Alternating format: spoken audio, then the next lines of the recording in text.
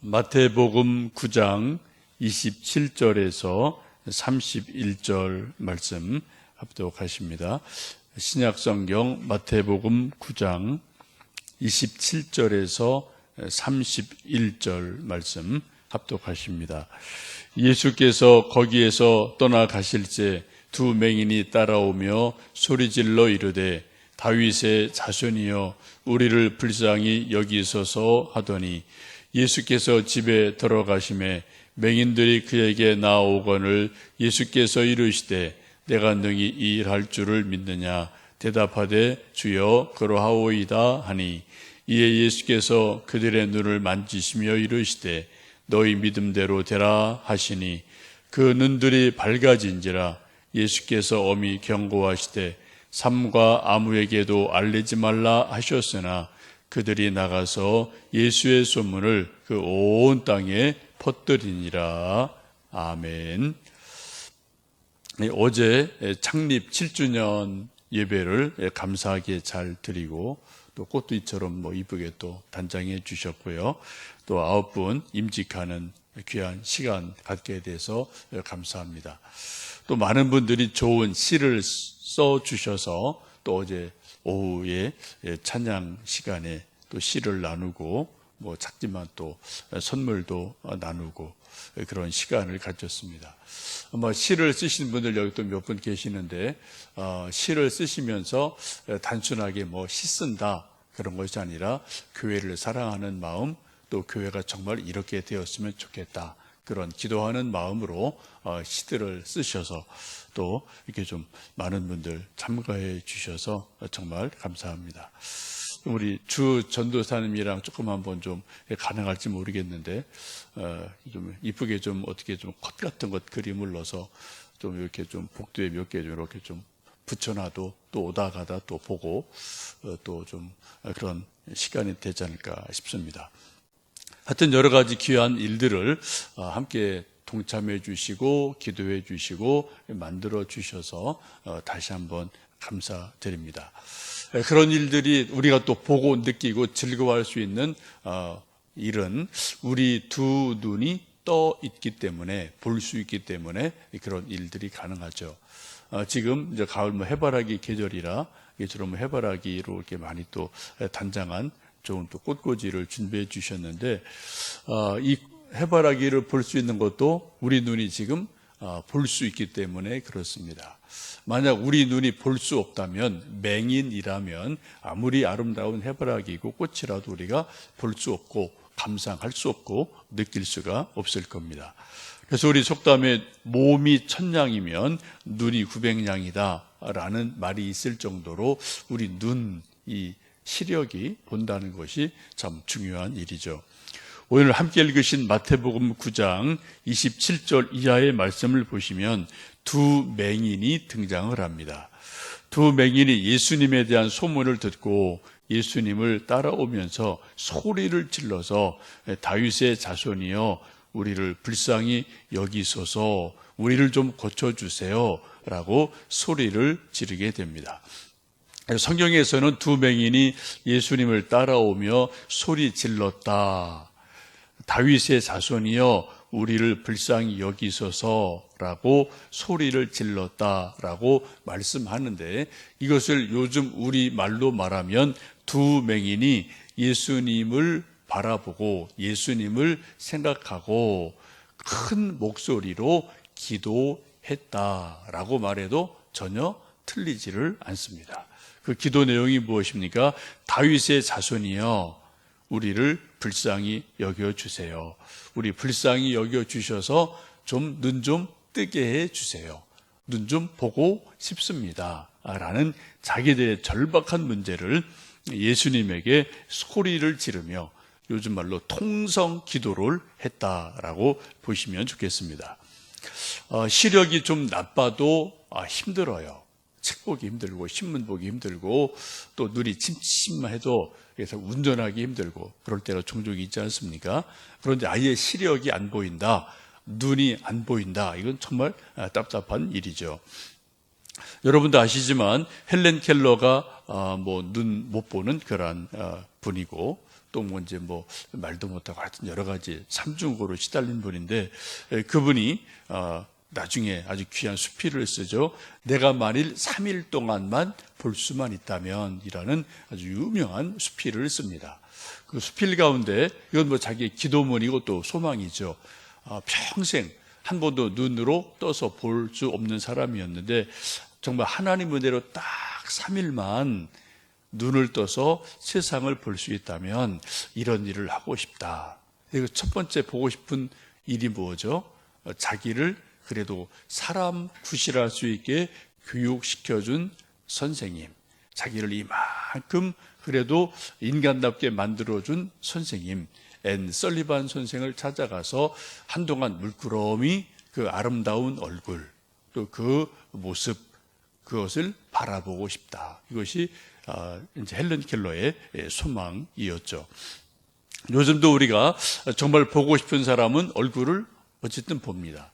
얼굴을 보든 얼굴 못 보면 사진이라도 보고, 또 요즘 기술이 좋아서 핸드폰으로 또 멀리 외국에 있어도 이렇게 좀 화상 통화를 할 수 있는 그러한 일이어서 여러 가지 얼굴을 볼 수가 있죠.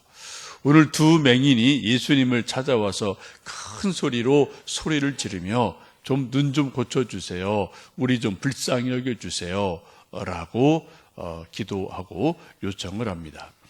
그런데 28절 보시면 예수님이 한 가지 질문을 하셔요. 우리 한번 9장 28절 읽겠습니다.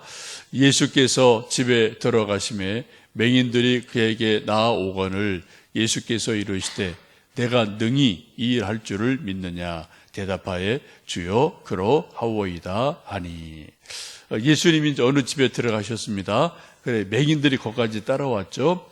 그래서 예수님이 끝까지 따라오는 맹인들을 보시고 질문을 한 가지 하십니다. 내가 능히 이 일 할 줄을 믿느냐? 내가 능히 너희 눈을 뜨게 할 수 있을 줄 믿느냐? 라고 질문을 하십니다.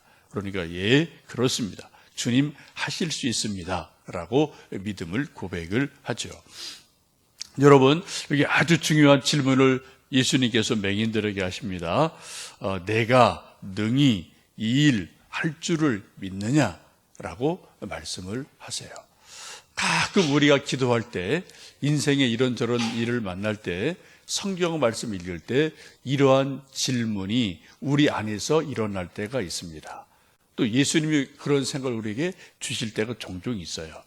사람의 힘으로는 도저히 할 수 없는 불가능한 일, 이건 누가 봐도 사람의 계산으로 안 되는 일, 그런데 하나님은 하신 일이 참 많지 않습니까? 세계 역사나 우리 개인 인생이나 이런저런 일들이 참 많지 않습니까? 그때 우리에게 질문하시는 것 중에 하나가 내가 능히 이 일 할 줄을 믿느냐라고 예수님의 능력에 대해서 질문하실 때가 있어요.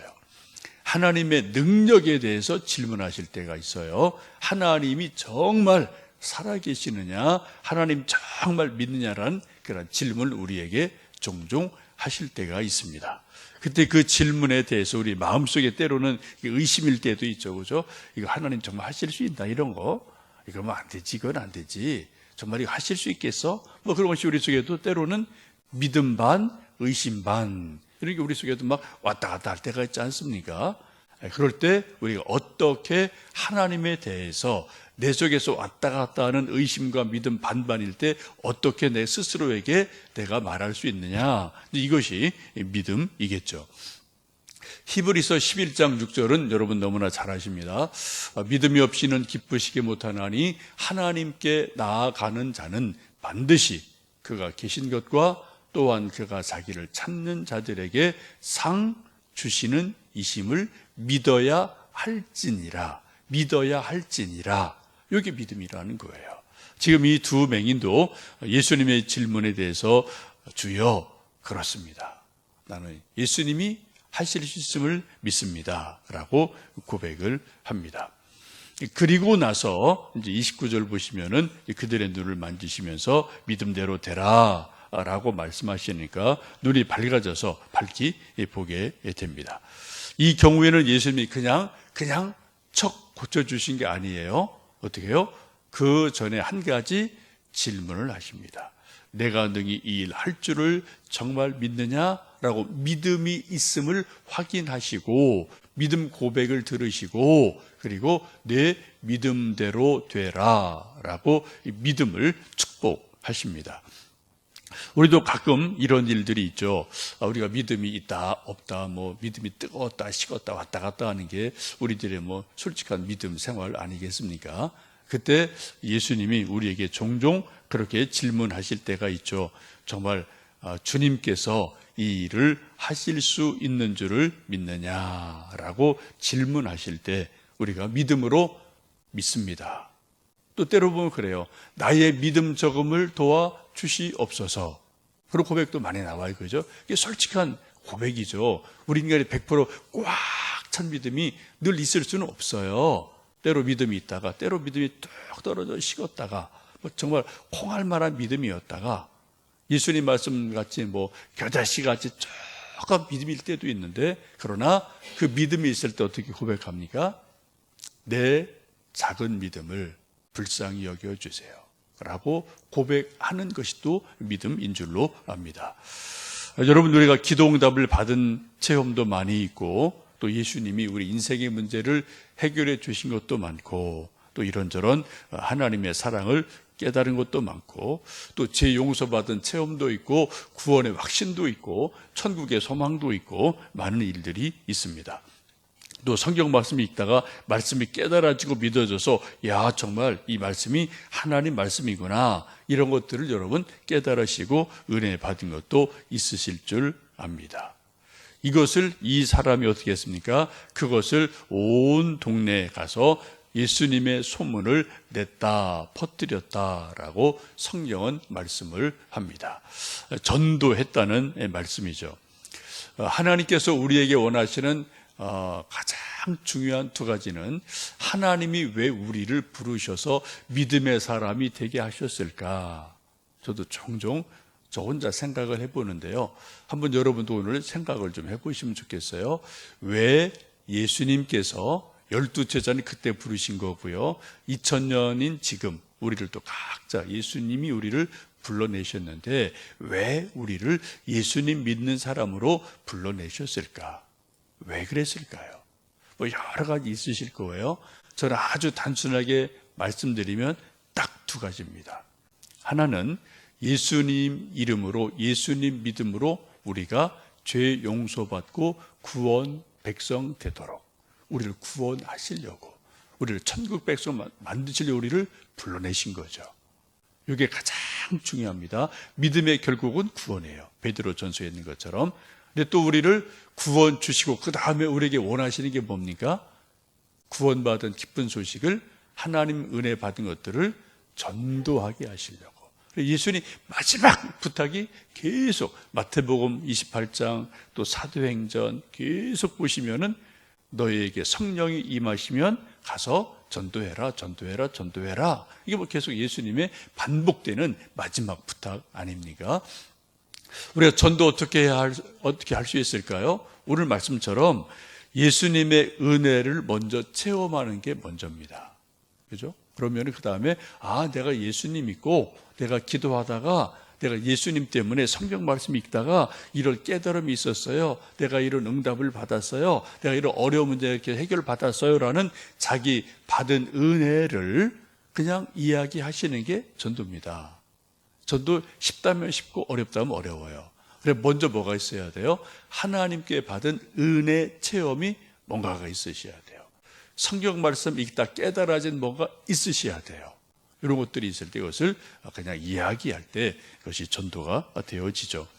두 날개 제자학교 하면서 계속 강조하는 게 5분 정도 자기 간증을 좀 써보십시오 라는 것을 계속 강조하는 것도 이러한 이유이기도 합니다.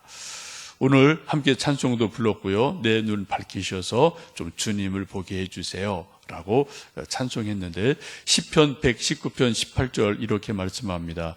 내 눈을 열어서 주의 율법에서 놀라운 것을 보게 하여 주소서. 내 눈을 열어서 주의 법에 기이한 것을 보게 해 주시옵소서 라고 기도를 합니다. 오늘도 우리가 성경 읽고 또 기도하고 또 이제 또 뭐 가을이 이제 막 다가오고 있는데요. 이 가을 풍경 속에서 하나님의 살아계심, 하나님의 은혜 이런 것들을 체험하고 느끼고 또 그런 것들을 가족에게 혹은 친구에게 뭐 이렇게 좀 이야기할 때 또 그 중에서 하나님의 전도하시는 역사가 있을 줄로 믿습니다. 이 아침 기도하실 때 능히 내가 이 일을 할 줄로 믿느냐라는 예수님의 질문에 다시 한번 귀 기울이시면서 정말 내가 그런 믿음이 있나 생각해 보시고 믿음으로 기도하고 또 응답받는 귀한 하루 되시기를 주님의 이름으로 축복합니다. 기도하겠습니다.